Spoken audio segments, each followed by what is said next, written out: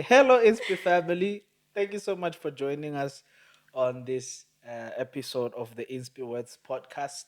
I'm your host, Dr. Ndaba, and today I'm bringing you again Sisanda. She is actually one of the very few people that have returned to the podcast since it started. And today, as we are talking about the beginning of the year, I'm talking to her today about something that is very much important. How do we actually prepare ourselves and set ourselves up for success in the new year? Because a lot of us, start with goals and dreams, we start with resolutions, but there are things that happen during the year that actually throw us off course.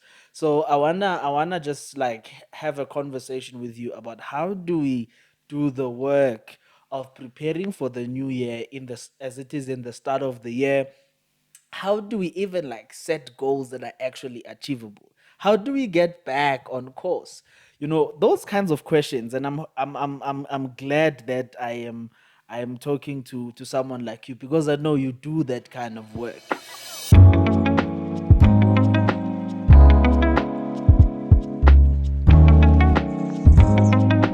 Tell us, how do we set goals in a way that they are actually achievable? Sure. Firstly, I want to celebrate myself for returning. Yay! It feels really good to be here. I'm starting to feel like a family guest of the podcast. You I hope are. I hope to see myself often. It depends. Popular demand. But yeah, thank you for having me. And this topic is quite a little bit difficult because a year is quite a long time, right? Mm, And at the start of the year, we are all just happy. We are hyped up, ready to set goals, and rightfully so, right? Because where there is no plan, where there is no vision, people perish. yeah. So we do need to have that, right? But just to touch base to your question, for me, right, I have two sets of goals, and that is always the bigger goal. That is what is the overall thing I want to achieve this year. When all is said and done this year, what would I want to say? Wow, well done, my faithful servant to me. Wow. But also, I break it down a lot Mm, because I have quite a very short memory of late. So I break it down to say, this 2 months, how does the year look like for me? What are the things I will be doing? Because it's also easy to see if I'm in January, I can already see that in the next 3 months, these are the things that are most likely to happen. I can't be out here thinking I'm going on a trip to Dubai in March oh God. when Ah, when it's God, January Dubai. now, Dubai. When it's January now and I have no sight of savings, I have no sight of anything that will make Dubai possible within 2 months. So I plan short-term goals. Okay, let me just make an example. For my podcast, I see. I want my podcast to grow, right, by the end of the year. And for that to be possible, I need consistency. Now, for the next 3 months, I need to say maybe I will produce 6 episodes, that is two every month. Now, that is more attainable as opposed to just saying I want growth, Yeah. whereas now it's more broad and I don't define it. So I just think it's having the bigger picture in mind, but also just constantly breaking it down, constantly breaking it down. And in the 3 months, it's easier now to say, did I produce 6 episodes? No, I did not. So you can What actually happened? evaluate yourself if Yes. you are actually moving towards Yes. that dream and the goal. And I really like this thing of defining your goal in terms of what it is exactly that you want to achieve. Yeah. But I also feel that sometimes we we define the goal without really thinking about the work that needs to be put into Absolutely. actually achieving that goal. What's your take on that? No, I agree. I really agree. Hence, I was even saying that once with the podcast example, once I said I want growth. Now, let me see in 3 months, what will I do that will foster that growth? So, in my planning, it must cover what is the work that I'm willing to do. So, I really just think that we tend to overlook that doing part of it. And that's actually what discourages us. Because now I've planned that I'm going to travel, but I didn't put the work, and I don't have the idea of what that actually would mean in terms of maybe the preparation, the visa. Why am I talking about traveling? Am I going somewhere? Are you trying to tell us something?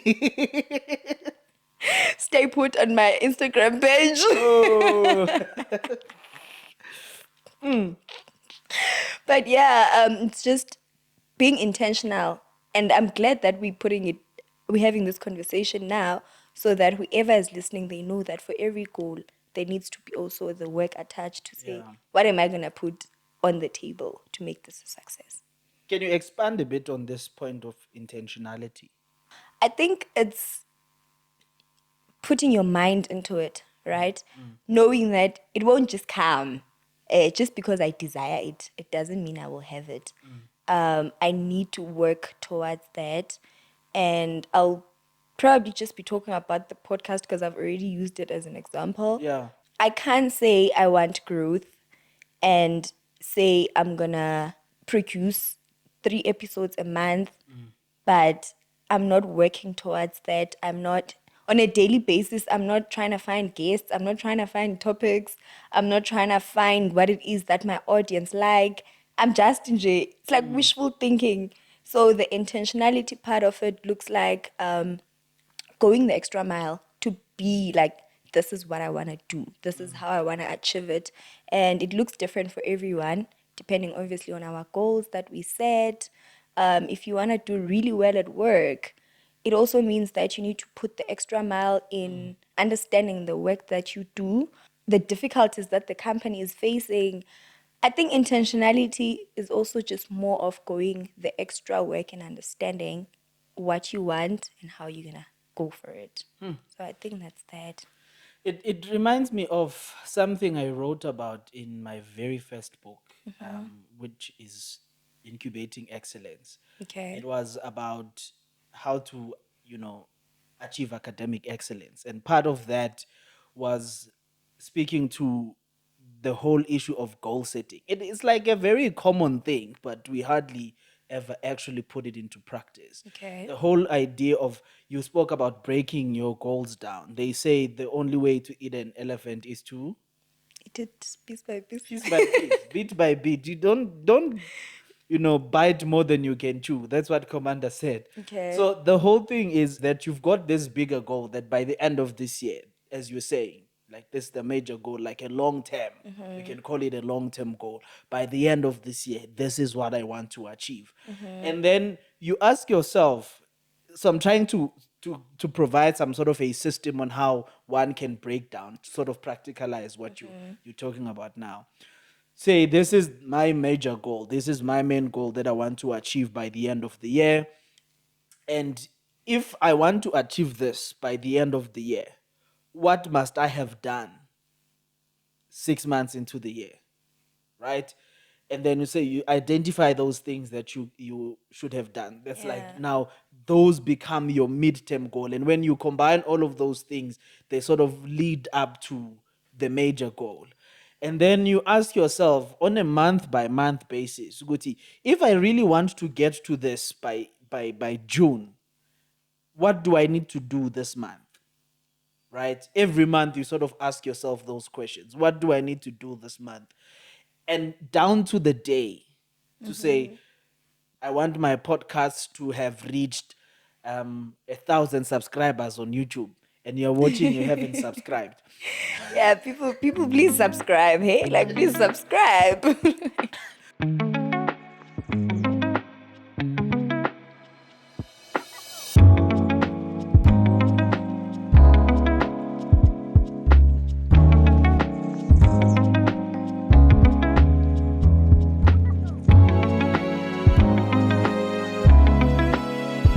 So we're talking about growth. We have specified what the growth would look like, how we would know to have actually achieved the goal. I want 1,000 subscribers on YouTube. And in order to do that, what do I need to do? I have identified those things that by this time next year, I should, by June, I have to be at this point. And in order to do that, I need to make sure that I am consistent. I need to make sure that I release episodes at the same time, like Same day same also, day and please. all of those things. I need to make sure that I bring like guests that have interesting stories to say, to talk about, and like wise guests that have something of value to share with the audience, and all of those things. So what do I need to do today?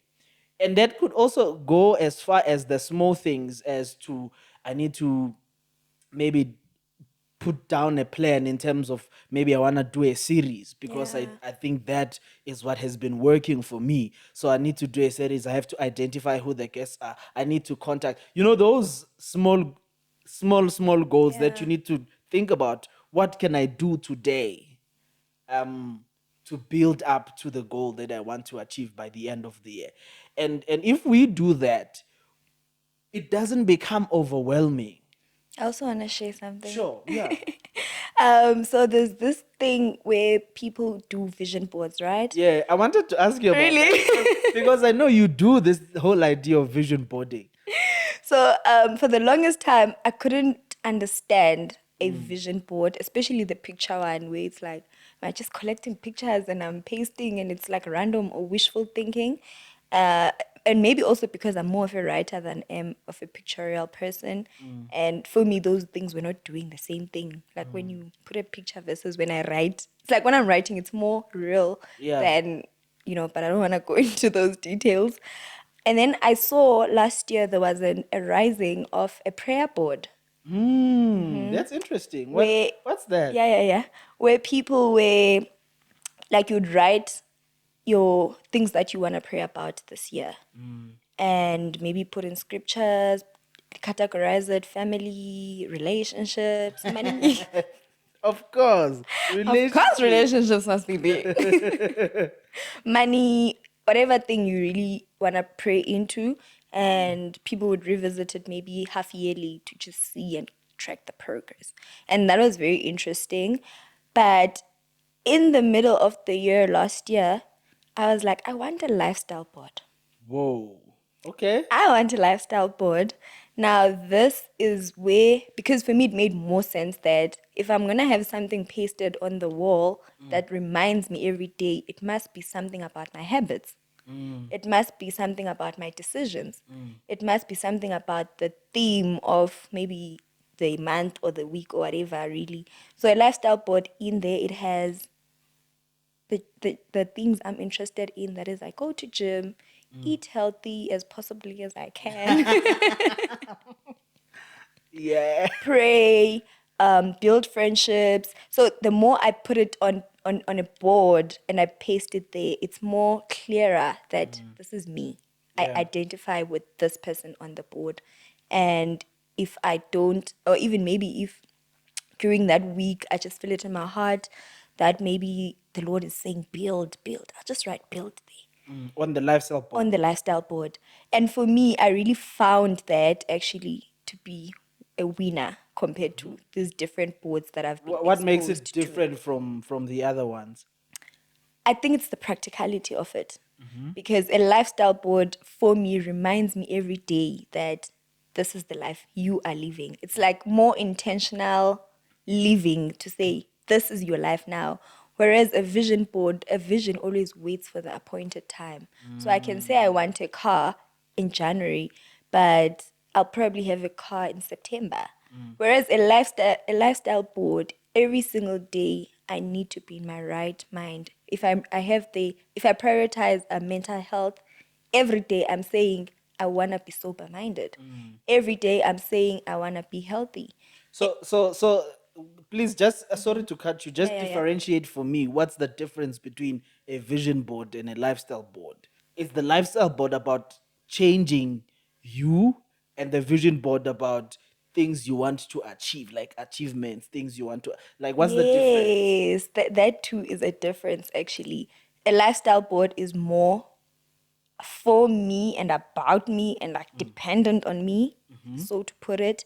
Whereas a vision board, it has other factors involved, like the car thing. There's so much that needs to go on in me getting a car. Yeah. And there's also the issue of timing.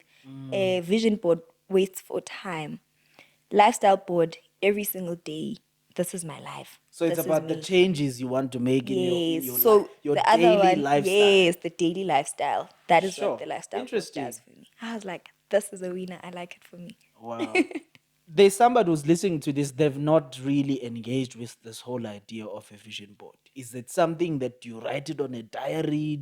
Do you like cut out a piece of paper? Like, like, what's the practicality of it? How do you practically do the vision board, the lifestyle board, and whatever kind of other boards You are want to there? do? It depends on the person, what they like.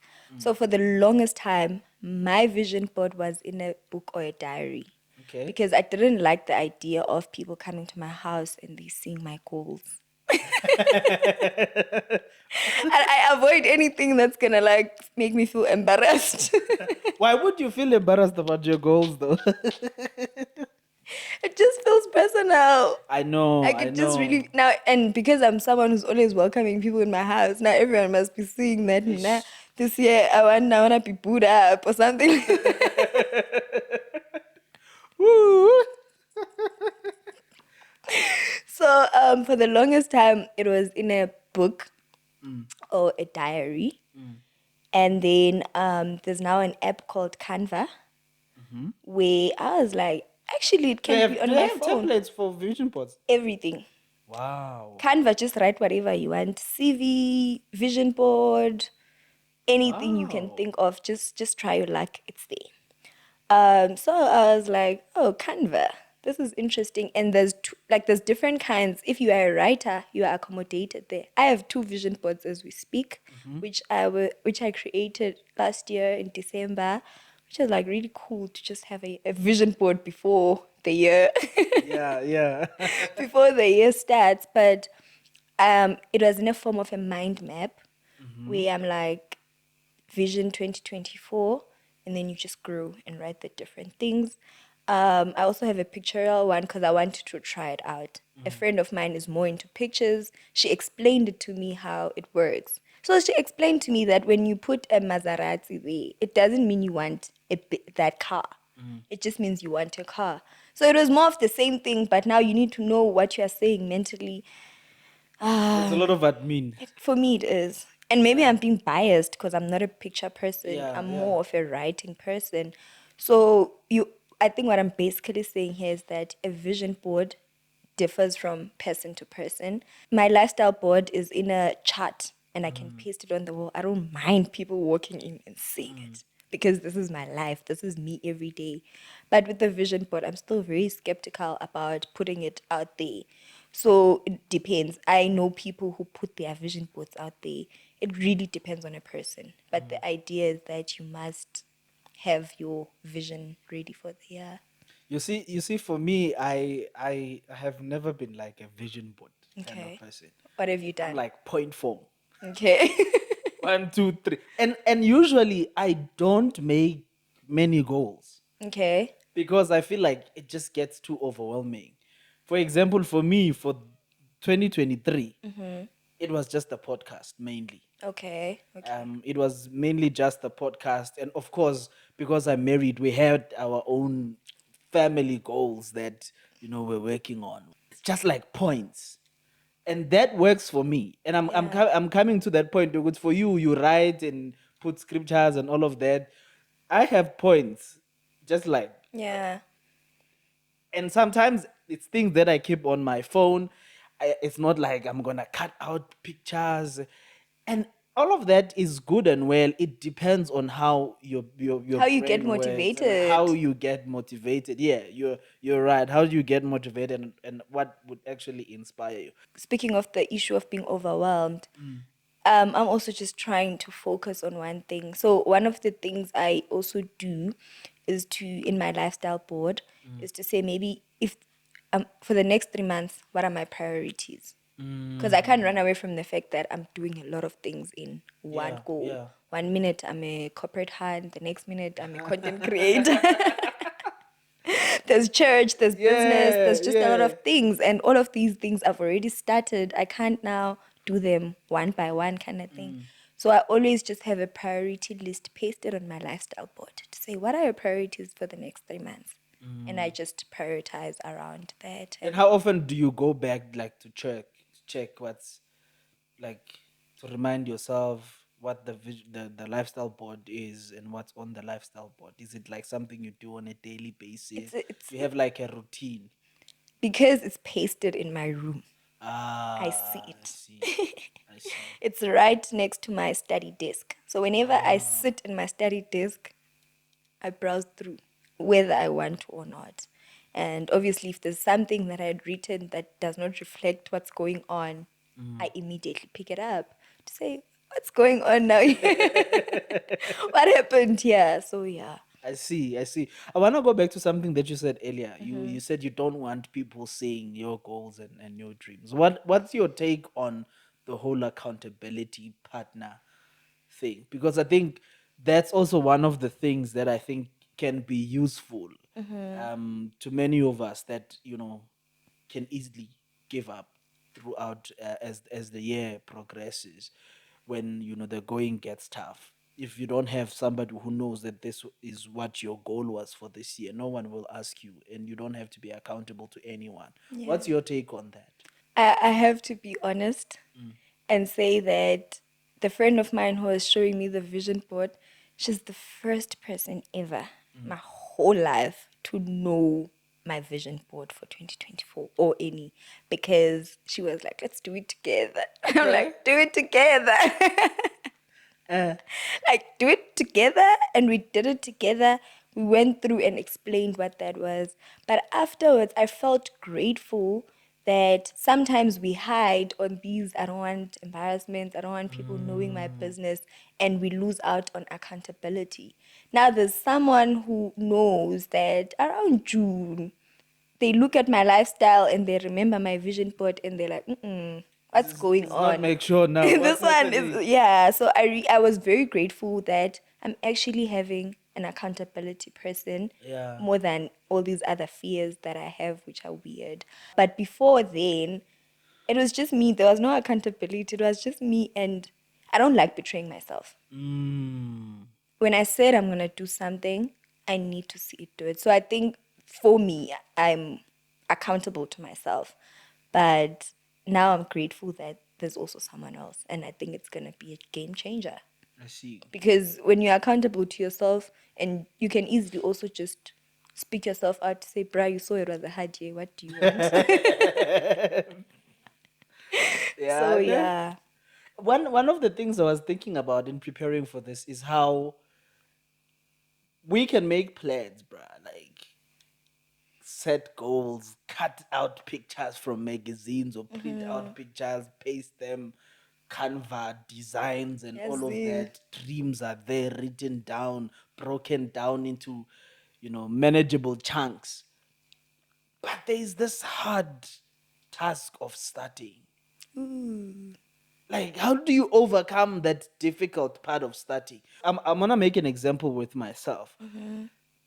The idea of starting a podcast is something that I was thinking about when I released my second book. That's like Sure. 2016, 2017. Wow. I had already had the idea, but I only could start it in 2023, right? And it's not that I didn't have the capacity then. I actually believe like I had more capacity then because I was single, well, for the most part. Okay. I it was early in my studies, so I didn't really like have like a full-time job. I had time in my Yeah. hands, I could manage my time the way I wanted to. But I struggled to start. What's the issue? Like how do you overcome that? I'm different. Okay. I start but it's the consistency that's Ah. chowing me. So maybe you can help us Yeah, yeah, then with the on with starting the part. starting part, because I think it's one of the difficult things for a lot of people. I think it's usually issues around fear, Mm, issues around insecurities that, oh mm, my God, will this even work? mm. It's around, sometimes it's just the capacity, but Yeah. it's assuming one has capacity. It's usually the inner work that's stopping you from starting, the imaginations of everything possibly going wrong Mm, than it would possibly go right. And I think it's just cultivating the culture of speaking right to yourself. mm. That it's fine, you can do those, I can do it. If it means Yeah, yeah. if You've it, got to it if it encourage needs yourself. that, because more than anything, it's usually the inner work that needs to be done. I don't want Mm. to say the inner demon that Needs to be that is cast out. that is challenging you, but it's usually the inner work, the inner things that are holding you back, like your fears, insecurities, inadequacy, feeling like people have done this, why is mine different? Feeling like you don't Mm, have space.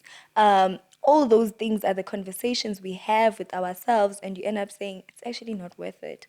I'm good with my life. I don't have to inconvenience myself. Like having those conversations that I really need to do this and I need to start.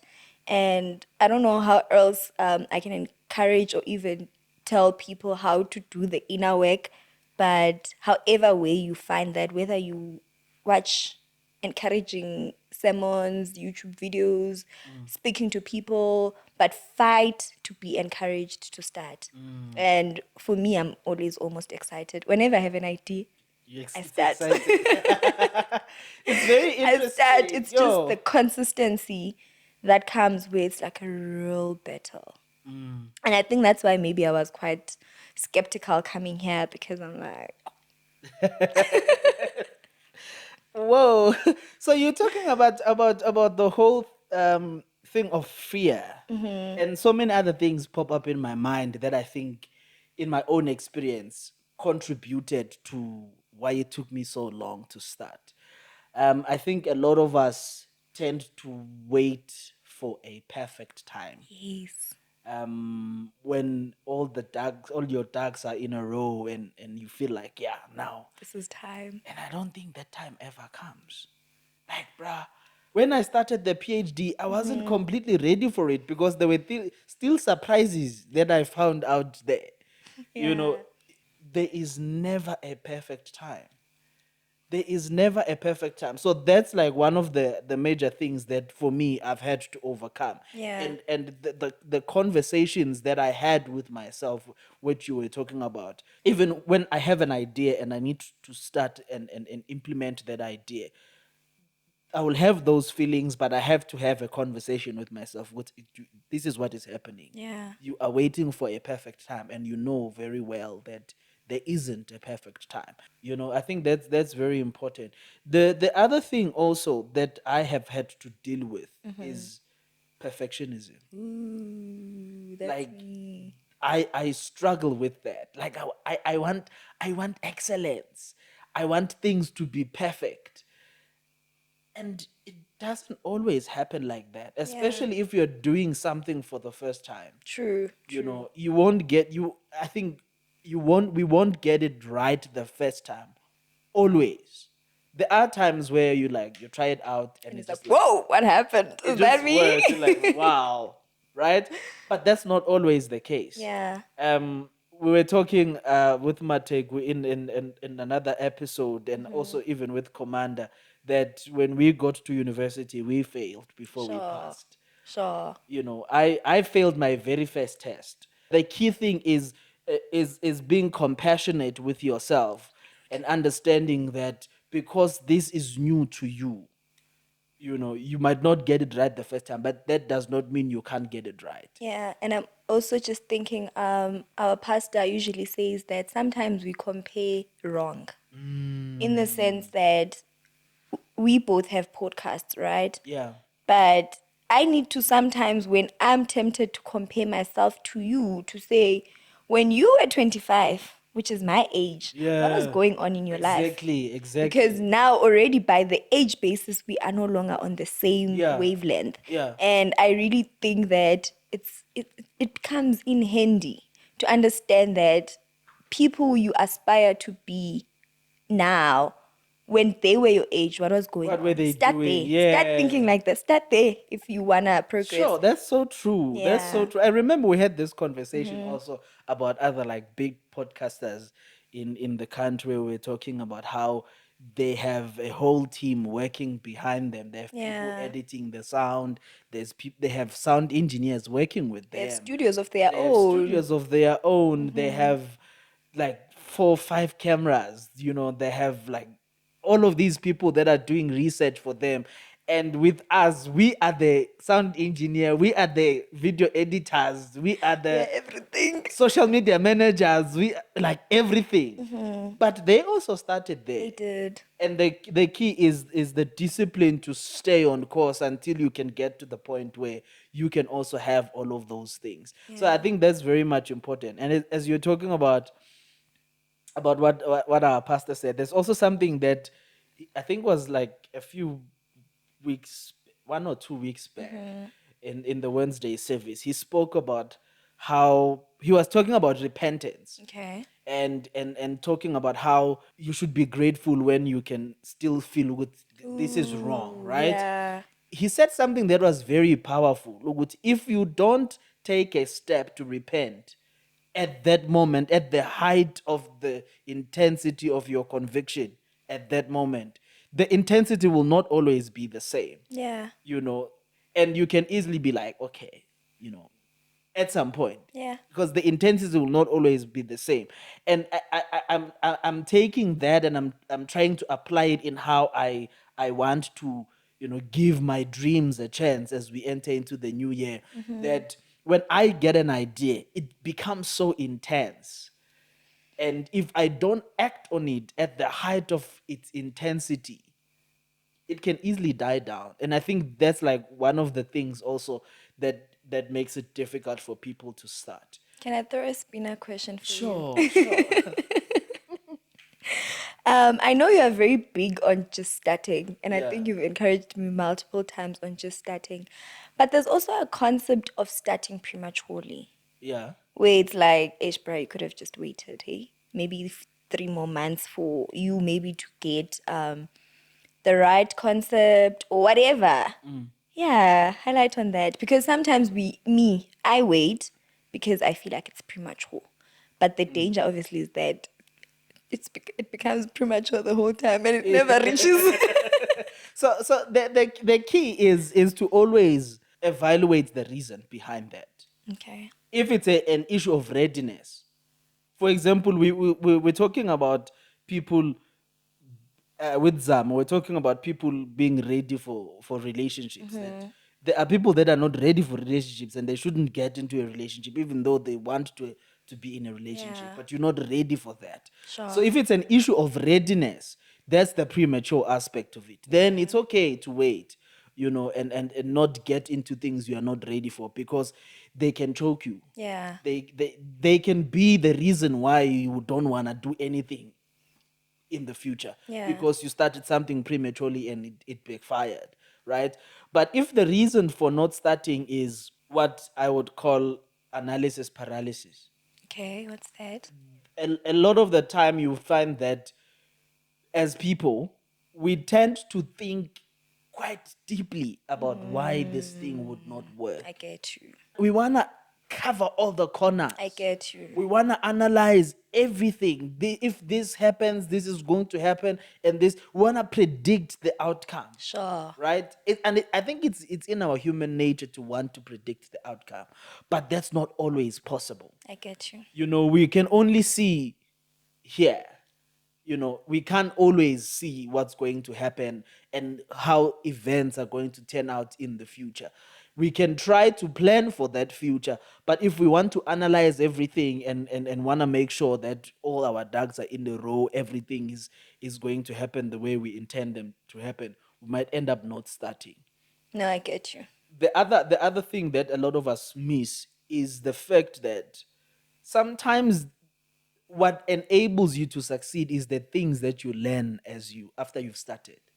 I've seen that with the podcast. In the beginning, I was just like, I had a broad idea of what I am interested in. Okay. But as time went on, I realized, well, actually, this is what I'm more passionate about. These are the kinds of issues that I really enjoy talking about, that I'm also just curious about. Yeah. And I think if I'm talking about things that I'm curious about, I actually come alive, and I'm able to bring The answers best, yeah. out of my guests, in cases where I have guests. And those, I would not have known that had I not started. So I think there are things that you learn after you start, True. and you must also allow yourself to make changes as you go. I feel like I'm talking too much.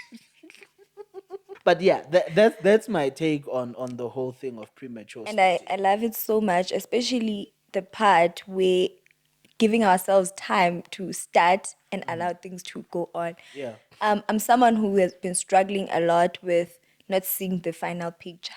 Like when I feel a prompting to start something, I would always be like, God, tell me how exactly the end product. And I realized that God does not even work like that when when he prompts things to us. We will get instructions as we do. We will get better Yeah. as we do. We'll be shocked that actually this direction I thought would take, it's not the one. It's more fulfilling the other direction and all of that. And those are the only things starting can teach you.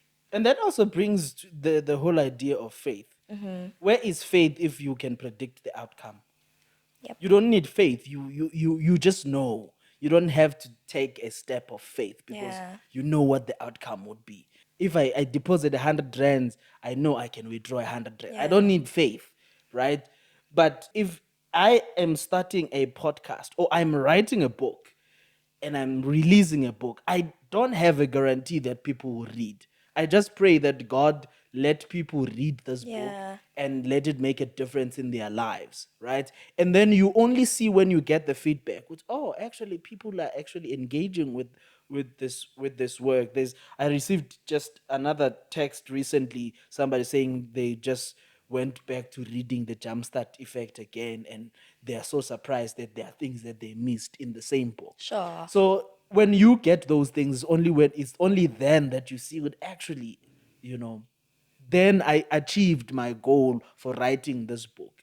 It was a step of faith. Sure. Sure. And that step of faith also means you invest into whatever you're doing without the ability to predict Yeah. the Sure. outcome, right? You put in money into publishing the book, you spend time writing it, and you release it to the world and let the world decide whether it's a read worthy book or not. Yeah. Even just to double click on the investing in your craft, it also forms part of the intentionality that comes with our goals. If I want to be the best in my job, corporate job, I need to read books around the Yeah. topics. I need to know what the interest rate is. So I'm just trying to say that the investing is not just only towards a financial Yeah, big yeah, yeah, purchases or anything like that, but it's even in the small things, getting myself equipped with yeah. knowledge. I think it's very important also towards achieving our goals and not losing track. If even that thing you spoke about readiness, that question of readiness, when you see that you're not yet ready, starting might not mean that doing the actual thing, Ooh, right? I like But that. starting could be getting yourself ready. You've already started because you are getting yourself ready for the actual thing. And that might mean you get the skill, that might Sure. mean you read about it, that might mean you practice before you release it to the world, or whatever it is that you want to do that you feel like you're not ready for. How do I equip myself? How do I get myself ready? And that is actually starting. Sure. I like that. I like that. Let's just maybe cover the difficulties that life throws at you. I started the year with these nice goals, and now like my life is just hard. Let's use a podcast for example. In my case, where no one's paying me for the podcast. When Yo, my life gets hard, I put the podcast on the side and focus on my life. yeah. But to the outside world, that looks like inconsistency, or I've stopped, or but it looks like an unachieved goal because I said Yeah. I'm going to be consistent for the rest of the year. Yeah. Yeah, that's just an example to tailor the question. Think about it as well. I would love to hear your thoughts on that. It's a difficult question because Yeah. I think a lot of us struggle with that Yeah. at some point in our lives. One of the things that just popped up in my mind is something I read from Brene Brown's book Daring Greatly about vulnerability. Okay. And it's sort of building on the point we were talking about earlier about the whole issue of starting. A lot of people, when they engage with that book, they think about vulnerability as being about, being able to open up about your Izinkinga. feelings, your problems, but the other idea I got from reading that book is that starting is a vulnerable move. Sure. you know Starting is a vulnerable move. Even the whole idea of putting down on a piece of paper that this is my goal for the year is a vulnerable move, because there is room for disappointment. There's a Makes sense why I didn't want possibility, people seeing my vision board. you see. And even getting that accountability partner is vulnerability. And it's a very, it requires a lot of courage to do that. So I think there's that element of vulnerability that we need to build as a people, so that it doesn't take us long to start, because a Sure. lot of the time you find ukuthi you have all the goals and the dreams written down, but you only start like in March. You've just been struggling with starting for the first 2 months of the year. But that element of vulnerability is very much important. So on the point you were talking about, the question you were asking about, Life just throwing things and now you can't you can't you fulfill can't your. fulfill your dream. So there's something I write about in the jumpstart effect. I think it's the last chapter. Okay. The whole idea that giving up is always an option.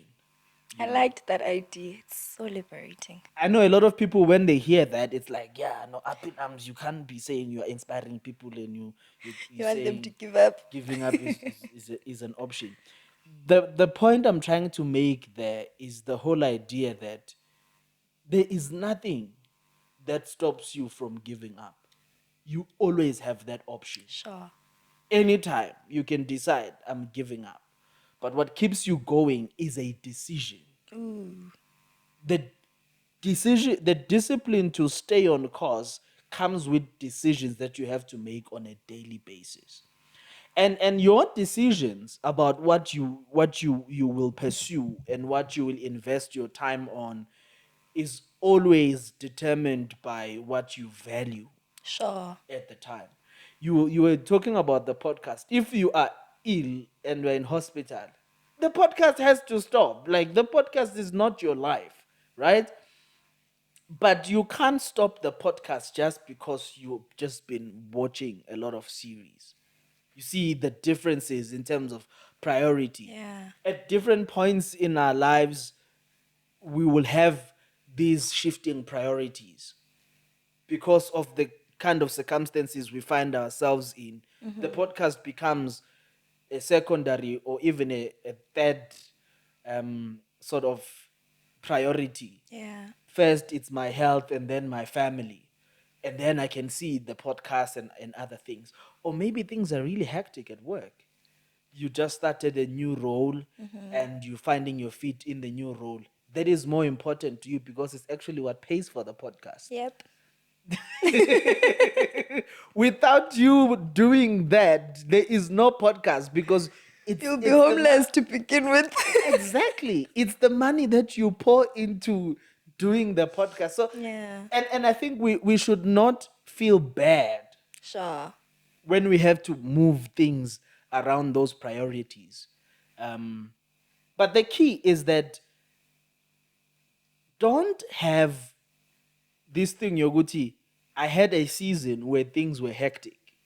And even when things stopped being hectic, You I don't still go back get you. on course, right? Which is one of the things I wanted to ask you. Okay. Because the truth of the matter is that, as I said earlier, we can't predict the future.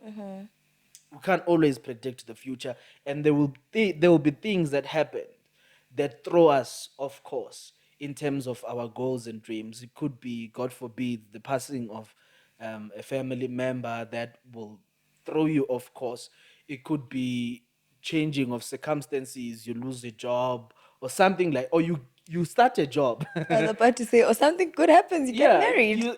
you get married, and that will throw you off course on some other goals, because you have to attend to this, Yeah. planning a wedding, doing all of these things, attending to your wife or your husband, and all of that. That can throw you off course. But when you are settled in that, how do you get back on course? It's that vulnerability and I think the humility that comes with viewing life. To say, I don't always have it figured out. I don't. It's putting yourself in a space of humility. I think it takes so much humility to go back to something you left, right? Where you are able to pick up again where you left off. In this case of a podcast, okay, this is more common for YouTubers where they Yeah. disappear and come back. Hey guys, I'm back. I come back. And I I mean, like the fact that they come back. yes, They don't feel bad, so bad that they're that like, they, yo, yes, I've disappeared for like 6 months, and I'm gonna just like come back and say I'm back. yeah. So it's that humility that allows you to come back, and maybe it sounds very far-fetched to use humility and pride in this, but not going back to something because you failed or it didn't go the way you wanted it to is a sign that there's pride issues going on there. Yeah. And that is something we need to look at, and hence we need to look at life with humility. Humility says that I don't have the full picture of it, and I'm allowing myself to know that I'm not sovereign. I'm not God. There's a scripture that says, many are the plans in a man's heart, But the but purpose only of the God. purpose of God prevails. And that just really speaks to us not being all knowing. Because had we been all knowing, I would have said, hey guys, in the next 3 months, I won't be available. Something bad or nice is going to happen to me. But doing life with that humility allows you to stand up as often as you can. So, and this still goes back to this whole idea I shared earlier of just being compassionate with Yeah, yourself, yeah. because I think over and above the humility, you also have to just be easy on you. A lot of the time, we beat ourselves up when we're already down. We blame ourselves. We are so hard on ourselves that, I could have done better. I could have done things differently, but you didn't. Yeah, And that's and that's okay. okay. Now you have the opportunity to get back up and do it. Yeah. I think that's also the important thing. But I'm also just wondering, what kind of systems and mechanisms can we put in place to keep ourselves on course as we pursue our dreams? Because there are things that throw us off course because we did not have systems in place to manage those things. There are things that throw us on course because we did not do enough work prior to make sure that we are sustainable in achieving our goals. Let's, on a general note, what kind of systems and mechanisms can we put in place? I mentioned earlier that fight to be motivated, and that differs from person to person. For me, I found mine a lifestyle board, Yeah. but for someone else, it could be accountability partner. Yeah. For someone else, it could be just maybe having a weekly goals written whereby you can actually tick this is what happened and this is what didn't happen. So I really just think that everything we've discussed, it's being more intentional and putting it into one space to say, this is what I want, this is what I've planned to achieve, this is the compassion I want to give myself, this is the accountability I want to give myself, and etc. etc. So I really think it's just taking everything we spoke into and putting it into practicality. Maybe let's wrap it up with this. Sometimes we make mistakes as we pursue our goals. You take the wrong decision and it backfires. You take a big risk and it backfires. Um, Or maybe you just do the wrong thing, or you don't do the right thing. Okay. And then you realize earlier that actually the reason why you failed to achieve the goal is your fault. It's not something or somebody else outside of you that was sabotaging you, but it's your fault. And I believe that in order for us to be able to get back up again from that kind of experience of failure where we feel like it was our fault, there's an element of forgiving ourselves that we need to engage with. And I want you to just speak to that a bit broadly. What does it mean, and like how do I practically undergo that process of forgiving myself? Sure. I'm laughing because on social media there's this thing going on that you go to a therapist, you tell them your problems, and they say forgive yourself. How? Mina ngenzeni? But it's the conversations Yeah. that we have with ourselves, because it's the conversations that our minds bring that brings that being harsh on ourselves. And I'd say maybe it's the inner voice that will tell you this was just so bad. You didn't do right. You were disappointed yourself. It's a conversation that happens in your head. So you then need to have an actual conversation responding back to the conversation you have in your head, to facilitate that process. And I always laugh that you'd swear that I'm two people. There's a compassionate me that needs to constantly speak sense to me. It's like a bigger sister, but still me, that speaks to me and address those conversations, because sometimes we have harsh thoughts about ourselves, things we wouldn't even say to other people. So we need to have that conversation. And probably I'm speaking like this because I've read a lot and I know the actual work, but it's interrogating your thoughts. Why am I thinking like this? And start thinking the right thoughts. Yes, I didn't achieve that, but there were circumstances that led to that. It's not because I was negligent. And if you were negligent, like you just chose to relax, you also just say, that's the human aspect of me, and I have an opportunity now to do right. Yeah. So it's just being a bigger person to you and just constantly put yourself in that counsel. And if that's difficult, I always say that find someone to do it with you. Go to a friend, Yeah. tell them that this year I feel like a failure. I didn't. Obviously, any loving friend will speak right to you. That's powerful. What's your parting shot? It has to be Happy New Year. Uh, do those goals, stick through them, pray into them, but also don't be too hard on yourself, because it is the plans of God that prevail over and above everything we have planned. That's so powerful. That element of prayer is a very important thing because that's like the only way we can deal with things we cannot predict. Yeah. You know, our prayers go into the future and change things. Thank you so much, Sisanda, for Thank you for this having me. conversation. Quite inspiring, and I promise I'm going to also just like try out this whole vision boarding and maybe lifestyle Lifestyle coding. food. That's like one of the things I'm taking out of this conversation, and I'm gonna try and implement in my own journey, in our own journey, and see Yes. um how far it can take us. I really, really appreciate your time. And I hope that you guys there at home are enjoying this and have learned, and there are some things that you have taken out of these conversations. Till next time, give your dreams a chance.